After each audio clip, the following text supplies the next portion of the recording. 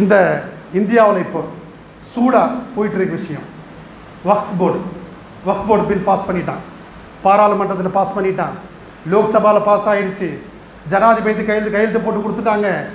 ஏன்னா சட்ட திருத்த மசோதா வக்ஃப் போர்டு.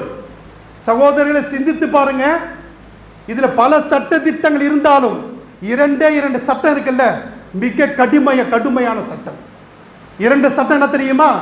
ஒன்று, முஸ்லிம்கள் வக்ஃப் போர்டு சட்டம் இருக்குல்ல, அதில் ஒரு ஜமாத் ஒரு குழு அமைப்பாங்க.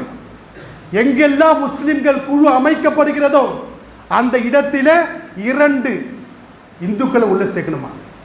2 இந்துக்கள்னா சாதாரண இந்துக்களா? RSS இந்துக்கள் உள்ள வருவார்கள். உள்ள வந்து என்ன செய்வான்? லட்சக்கணக்கான கோடி காசுங்க, சாதாரண விஷயம் இல்லை. இந்த பில்லை பாஸ் பண்ணிட்டான். 2வது என்ன தெரியுமா சகோதரர்களே? ஒரு இடத்துல 1000 கோடி ரூபாய் சொத்து இருக்கு, வக்ஃப் போர்டு சொத்து, காலகாலமாக அனுபவிச்சுட்டு வர்றோம். இந்த பிரச்சனை வந்துச்சுன்னு வச்சிங்களேன், ஹைகோர்ட்டு சுப்ரீம் கோர்ட்டுலாம் போகக்கூடாதான்.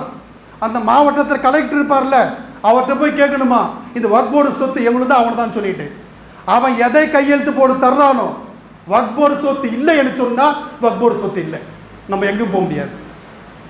இது போன்ற கஷ்டமான சகோதரர்களே, அதாவது இந்த சட்டத்தை கொண்டு வந்து விட்டார்கள். இதற்காகத்தான் முஸ்லிம்கள் எல்லா இடத்திலும் போராடி கொண்டிருக்கிறார்கள்.